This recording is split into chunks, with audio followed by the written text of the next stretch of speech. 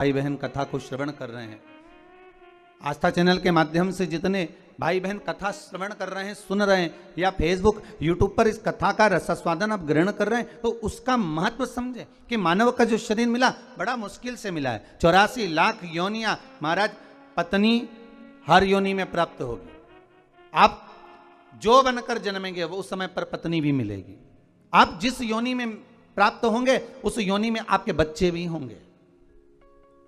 हर योनि में कुटुंब भी होता है, कबीला भी होता है, पत्नी भी होती है, पति भी होता है, बच्चे भी होते हैं। हर योनि में आपको सब कुछ मिलेगा। खाने को भी प्राप्त होगा, पानी पीने को भी मिलेगा, आपको रहने के लिए कोई क्वार्टर, कोई घर, जहां अस्तबल आदि जिस योनि में हम हैं उसमें कुछ ना कुछ आपको रहने के लिए भी प्राप्त होगा। पर हर योनि में बच्चे भी मिलेंगे, पत्नी भी मिलेगी, पति भी मिलेगा, कुटुंब कबीला भी मिलेगा, भोजन करने को अन्न भी मिलेगा, या अन्न भाग जो आप खा सकते हो वो मिलेगा, पीने के लिए जल भी मिलेगा, रहने के लिए आपको भवन भी मिलेगा। आप जहां रहने का है वो सब प्राप्त होगा, प्रत्येक योनि में प्राप्त होगा, प्रत्येक योनि में। बस एक चीज प्राप्त नहीं होगी, वो क्या महाराज? भगवान की सेवा, भजन, पूजन, स्मरण और भगवत नाम की चर्चा। इसलिए कलयुग केवल नाम आधारा, और सुमर सुमर नर उतरहि पारा। कली काल में नाम की आधारशिला को रखा, इसलिए कहा केवल एक मानव का शरीर है जो कर्म के भोग को भोगते हुए, हमारे कर्म के भोग को मिटाते हुए, भोगते हुए भगवत स्मरण की ओर अग्रणी बढ़ा देता है, आगे बढ़ा देता है, भगवान के नाम की ओर आगे लेकर चले जाता है। मनुष्य का यदि शरीर मिला है और मानव की देह प्राप्त हुई है तो भगवान का भजन मिलना बड़ा कठिन है, भगवान का स्मरण बड़ा कठिन। सारी योनियों में परिवार, पति पत्नी, बच्चे, कुटुंब, कबीला सब मिलेगा, पर नहीं मिलेगा तो राम नाम, कृष्ण नाम, शिव नाम, भजन, कीर्तन, ये नहीं मिलने वाला। ये बड़ा मुश्किल से मिलता है। क्रांतिदेव इतने धर्मात्मा राजा थे, हर पल, हर घड़ी, हर क्षण दान, पुण्य, संकीर्तन सब करा, पर जब अंतिम समय आया महाराज क्रांतिदेव का, जब अंतिम समय आया और यम के दूत आए क्रांतिदेव को बंदी बनाने के लिए, तो क्रांतिदेव ने पूछा आप कौन हो, कहां से आए हो? भगवान का भजन करने वाला, स्मरण करने वाला, भगवत नाम की चर्चा करने वाला, कीर्तन करने वाला, दान पुण्य करने वाला, सत्कर्म करने वाला, भगवत नाम के भजन में डूबने वाला जब अंतिम समय में अपने प्राणों को छोड़ता है, तो महाराज शिव महापुराण की कथा कहती है, हमारे धर्म और शास्त्र कहते हैं, भजन करने वाला जब प्राणों को छोड़ता है तो यम के दूत सामने खड़े रहते हैं, और उस जीव को ले जाने का जब समय होता है तब वो यम के दूत से चर्चा भी कर लेता है, बात भी कर लेता है। कई लोग कहते हैं महाराज जी क्या मरने वाला व्यक्ति यमदूतों से बात करता है? क्यों नहीं करता? क्रांतिदेव का चरित्र का, क्रांतिदेव यमदूत सामने खड़े हैं और उनसे बात कर रहा है। शिव महापुराण में राजा श्वेत का चरित्र आता है, यमदूत सामने खड़े हैं और राजा श्वेत उनसे बात कर रहा है। मार्कंडे भगवान का चरित्र आता है, यम के दूत सामने खड़े हुए हैं और वो उनसे बात कर रहे हैं। क्यों नहीं हो सकता? अगर आप सत्संग में लगे हो, भजन में लगे हो, कीर्तन में लगे हो, मंत्र जाप में लगे हो, मंत्र स्मरण में लगे हो, भगवान की भक्ति में अगर डूबे हुए हो, तो यमदूतों की भी सामर्थ्यता नहीं, हिम्मत नहीं कि आपको उठाकर ऐसे ही ले जाए।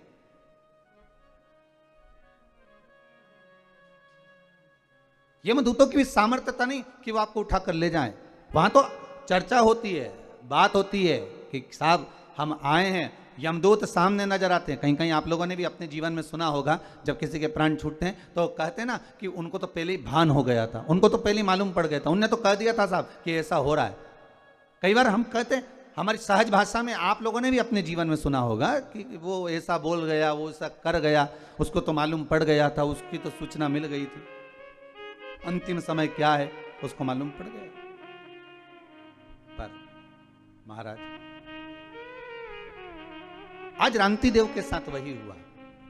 रांतिदेव ने पूछ लिया, कौन हो? यमदूत। लेने आए हो? हाँ। चलना पड़ेगा। बिल्कुल चलता हूं। कहां लेकर जाओगे? नरक। हो रांतिदेव करे, मैंने इतना दान करा, पुण्य करा, सत्कर्म करा, धर्म चर्चा करी, भगवत नाम लिया, जगत में मैंने सारा दान पुण्य धर्म सब कुछ करा, और तुम कह रहे हो कि मुझे नरक लेकर जाओगे? ये कहां का तरीका है? ये कौन सा तरीका है? कार्तिक महीने की यही चतुर्दशी कृष्ण पक्ष की थी, जिस दिन रांतिदेव यमदूतों से बात कर रहे हैं और कह रहे हैं तुम मुझे नरक लेकर जाओगे। मैंने पाप कौन सा करा है? भाई व्यक्ति अगर कोई पाप कर्म करे, व्यक्ति अगर कोई गलत कर्म करे तो कहा जाए कि इसने पाप कर्म करा है तो इसको नरक भेज दिया जाए। पर मैंने पाप कौन सा करा है जो मुझे नरक भेज रहे हो? तो कहा महाराज जी आपने 2 पाप करे। कौन कौन से? तो कहा पहला पाप ये कि दरवाजे पर गाय आई, गौ माता आई, दरवाजे पर खड़ी रही, इंतजार करती रही, और आपने गौ माता को भोजन नहीं दिया, भूखी चली गई। और दूसरा पाप आपने करा, दरवाजे पर ब्राह्मण आया और आप उसको अन्न भाग ग्रहण नहीं करवा सके, आप उसको भोजन नहीं करा सके। अब रांतिदेव ने पूछा ये हुआ कब था, ये तो बताओ पहले। अच्छा, सब जगह की फाइलें गायब हो सकती है, सारी फाइलें मिटाई जा सकती है, पर उस परमात्मा के द्वार पर जो फाइल लिखी जाती है उसे कोई मिटा नहीं सकता। मत बुरे कर्म कर बंदे वरना पछताएगा, भगवान की आंखों से तू बच नहीं पाएगा, तू बच नहीं पाएगा। उसको पहचान नहीं सकते। सारी फाइलें मिटाई जा सकती हैं, हर फाइल को छुपाया जा सकता है, हमारा लिखा हुआ हम उसको मिटा सकते हैं, पर परमात्मा की फाइल में एक बार अगर नाम चढ़ गया, कौन सी तारीख, कौन तिथि, कौन पल, कौन घड़ी, कौन क्षण आपने क्या कर्म करा है, वो परमात्मा की खाते में लिखा हुआ है। मेरे भोले के दरबार में सब लोगों का खाता, और किसी को कोड़ी कम नहीं देता, किसी को दमड़ी ज्यादा। सारी फाइलें उसके पास, चाहे हमारी हो चाहे आपकी हो। रांतिदेव की अगर फाइल उनके पास में है तो कहा मैंने करा कब था, बता दिया। यमदूतों ने ये फाइल पढ़ लीजिए, चित्रगुप्त महाराज को बुलाया, बता दीजिए महाराज, बता दिया। एक दिन ब्राह्मण आया था, निवेदन करा, तो रांतिदेव कह रहे हैं ब्राह्मण को मैंने सिंहासन दिया, ब्राह्मण को मैंने बैठने का सिंहासन दिया है, ब्राह्मण के लिए मैंने हाथ जोड़कर निवेदन करा था, ब्राह्मण देवता आप कुछ खा लीजिए, ब्राह्मण देवता आप पानी पी लीजिए, ब्राह्मण देवता आप कुछ ग्रहण कर लीजिए, पर ब्राह्मण ने मना कर दिया था। आप देखिए, लिस्ट उठाकर देखो, ब्राह्मण ने मना कर दिया था। यमदूत कहते हैं भले ब्राह्मण मना कर दिया, पर कुछ नहीं तो मुख झूठा करा देता, पानी ही पिला देता, तेरे घर का बर्तन झूठा तो होना था, तेरे घर का बर्तन पात्र झूठा तो होना था। कितना सुंदर कहा है महाराज। कोई ब्राह्मण यदि आपके यहां आए और ब्राह्मण आकर आपके यहां अगर ऊपर से जल ग्रहण कर रहा है तो आप ब्राह्मण से कह सकते हो महाराज जी आप पात्र झूठा कर दीजिए।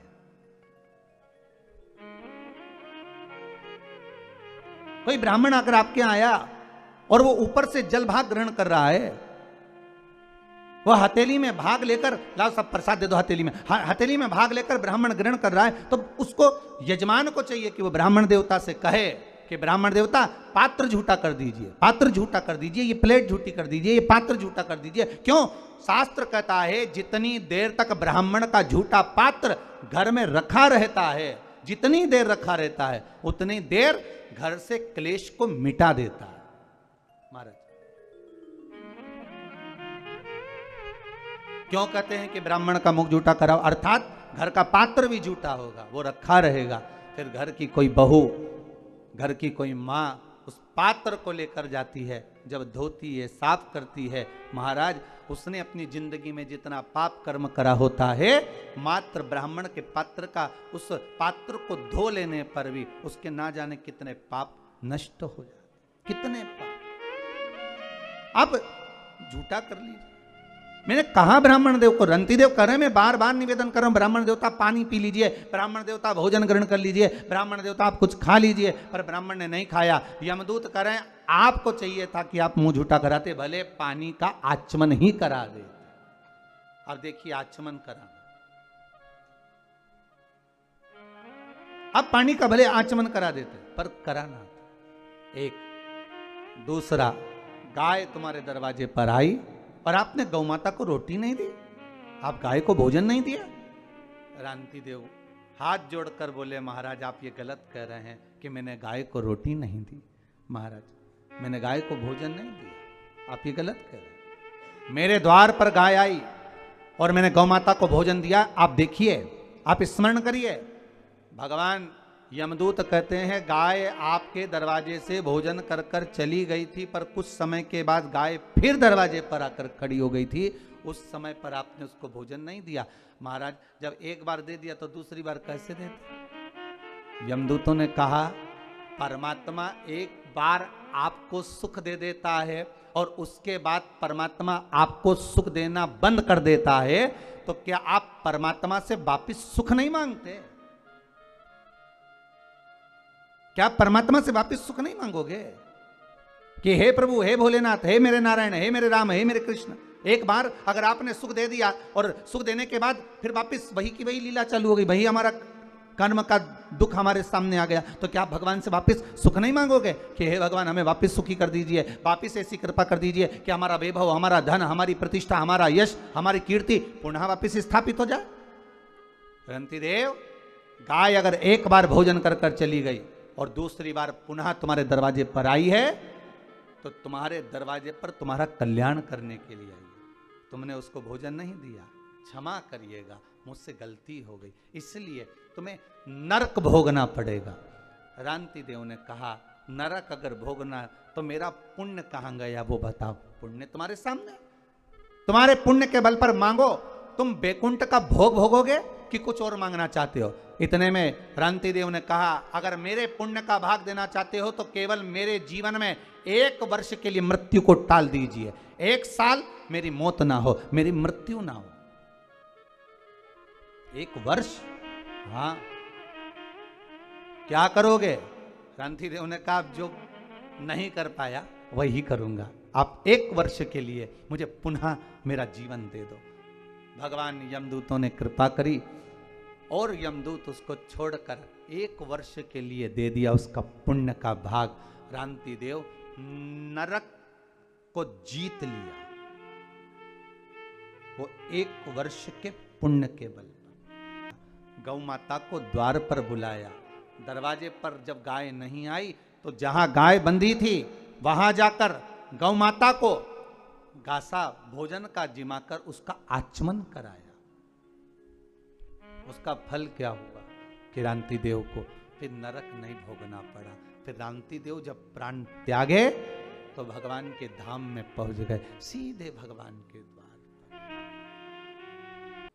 दूसरा नाम है महाराज रूप चतुर्दशी। क्या नाम है? रूप चतुर्दशी। बच्चे पूछेंगे मम्मी इस दिन क्या जितने लोग भी रहते हैं सबका रूप चेंज हो जाता है क्या?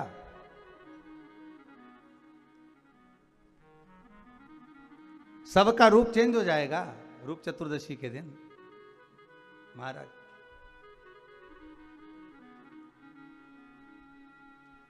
काले काले गोरे हो जाए महाराज, और गोरे गोरे काले, तो मालूम पड़े सबका रूप चेंज हो जाएगा क्या?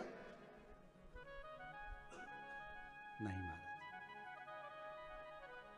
फिर कहेंगे क्रीम की चमक मात्र 15 दिन, 20 दिन, 3 महीना, 4 महीना रहती है, पर अच्छे कर्म की चमक जीवन भर रहती है, मरते तक भी आपका चेहरा चमकता रहेगा अगर कर्म की चमक है। अच्छा कर्म करते महाराज। रूप चतुर्दशी का नाम, रूप चतुर्दशी क्यों रखा, क्यों नाम पड़ गया रूप चतुर्दशी? तो कहा कार्तिक महीने की कृष्ण पक्ष की सुंदर ये चतुर्दशी, रूप चतुर्दशी इसलिए कहलाई कि एक सुंदर नगर, हिरण्यगर्भ नाम का एक नगर है जहां पर एक योगी रहता है। वो अपनी साधना में मस्त है। एक बार एक सुंदर नदी के तट पर गया और भगवान का भजन करने के लिए तल्लीन हो गया।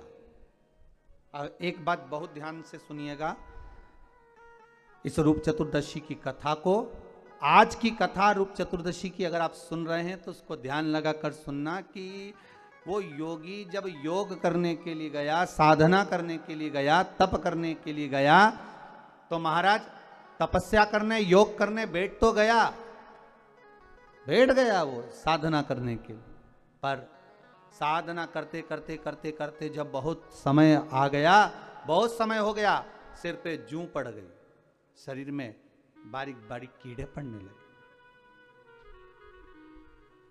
उसके वस्त्र में, उसके शरीर पर बारीक बारीक कीड़े पड़ने लगे, मस्तक पर जूं पड़ गई।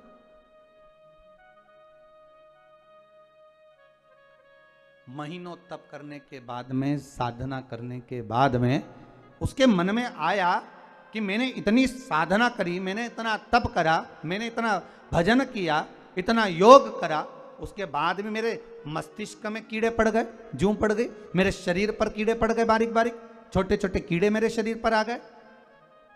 आखिर क्यों?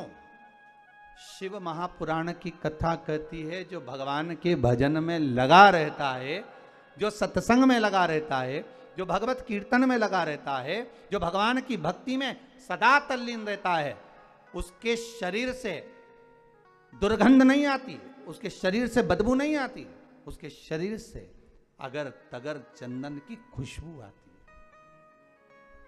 उठाकर देखिए श्रीमद् भागवत में पूतना का चरित्र। जब तक पूतना भगवान का स्पर्श नहीं करी, भगवान कृष्ण का स्पर्श नहीं करी, तब तक पूतना का शरीर राक्षसी था। उसके शरीर में क्या गंध होगी वो वही जान सकते।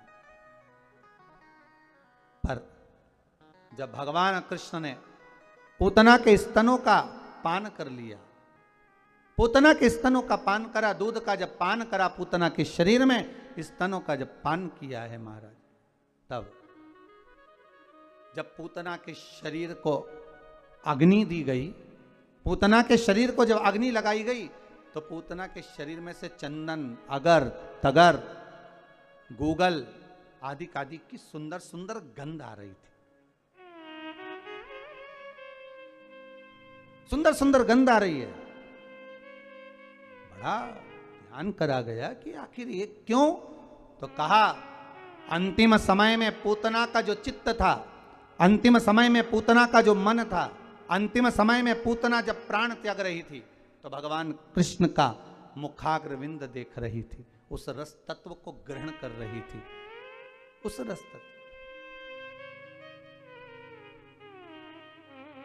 और पूतना के शरीर तो कहां योगी जो योग कर रहा है, साधना कर रहा है, तप कर रहा है, भगवान की भक्ति में डूबा हुआ है, तो इसके मस्तिष्क पर जूं पड़ गई, शरीर में कीड़े पड़ गए, इसको समझ में नहीं आया। मैंने इतने महीने इतना तप करा, साधना करी, और शरीर में इतने ये जुएं पड़ कैसे गए, ये शरीर में कीड़े पड़ कैसे गए? उसकी आंखों में जल भर गया, नैनों से अश्रु बहने लगा, आखिरी में रहा नहीं गया। तब देव ऋषि नारद को याद किया, तब देव ऋषि नारद निकल कर आए और नारद जी ने कह दिया, योगीराज आप कह रहे हो कि कारण क्या बना, शरीर में आखिर ये मस्तक पर जुएं कैसे पड़ गए, शरीर में कीड़े कैसे पड़ गए महाराज, क्या कारण बना है ऐसा? तो महाराज कारण बताया कि आप तन तो साधना में लगा लिए, तप तो तप में लगा लिया, पर मन भगवान में नहीं लगा पाए।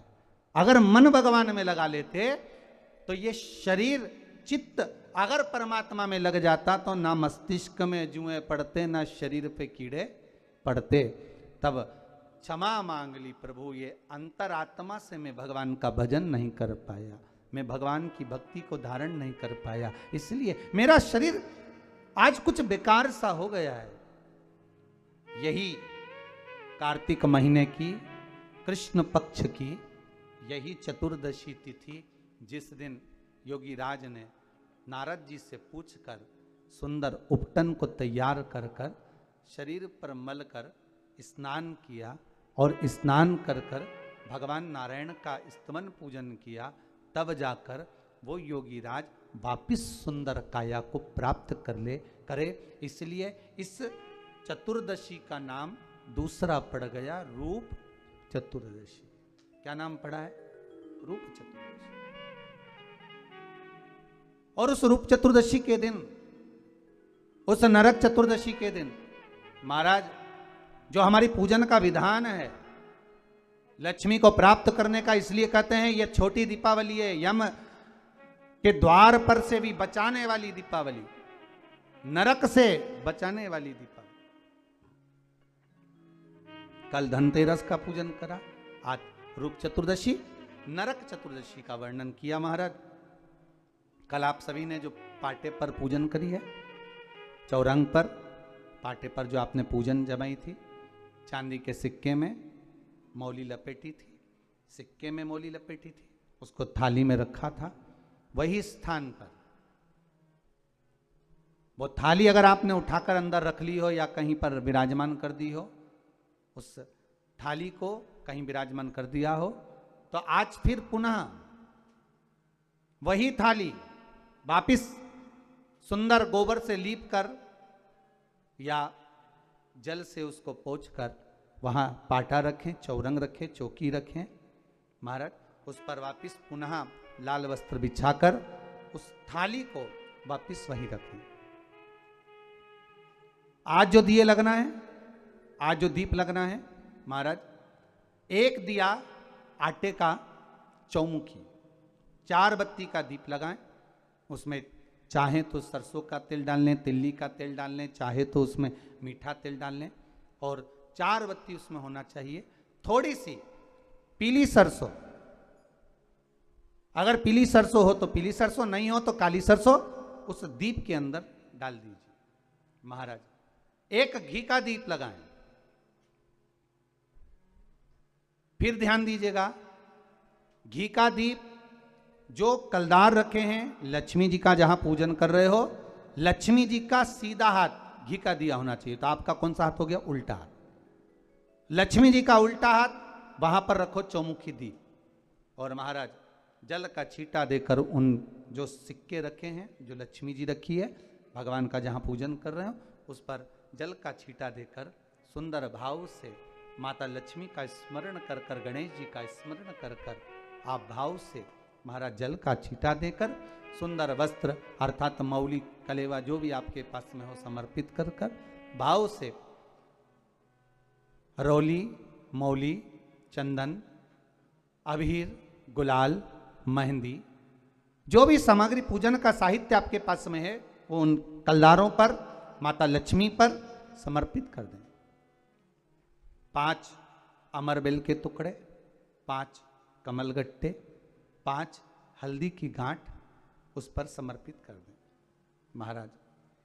माता लक्ष्मी को मीठे का भोग लगा दें, और भोग लगाने के बाद में माता लक्ष्मी को प्रणाम कर कर सुंदर जो चौमुखी दिया आपने बनाया है उसको तो वहीं रखे रहने दें। जो घृत का दिया बनाया है, घी का जो दीप लगाया है आपने 1 बत्ती का, उसमें 4 बत्ती नहीं होना चाहिए, बस केवल जो तेल का दीप लगेगा वो 4 बत्ती का, घी का दीप 1 बत्ती का, उस 1 बत्ती के दीप को लेकर माता लक्ष्मी जी की आरती करें महाराज।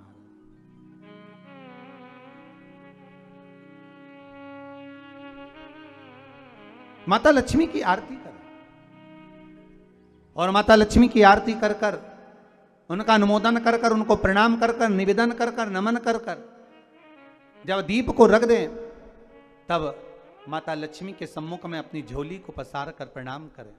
माता लक्ष्मी से निवेदन करें, हे मां, आप रूप की देने वाली हो, आप नरक के भोग से छुड़ाने वाली हो। हे मां, आज भगवान नारायण के साथ में आप हमारे यहां सदा के लिए विराजमान होइए। अपने इष्ट देव, अपने कुल देव, अपने पितृदेव का स्मरण करें।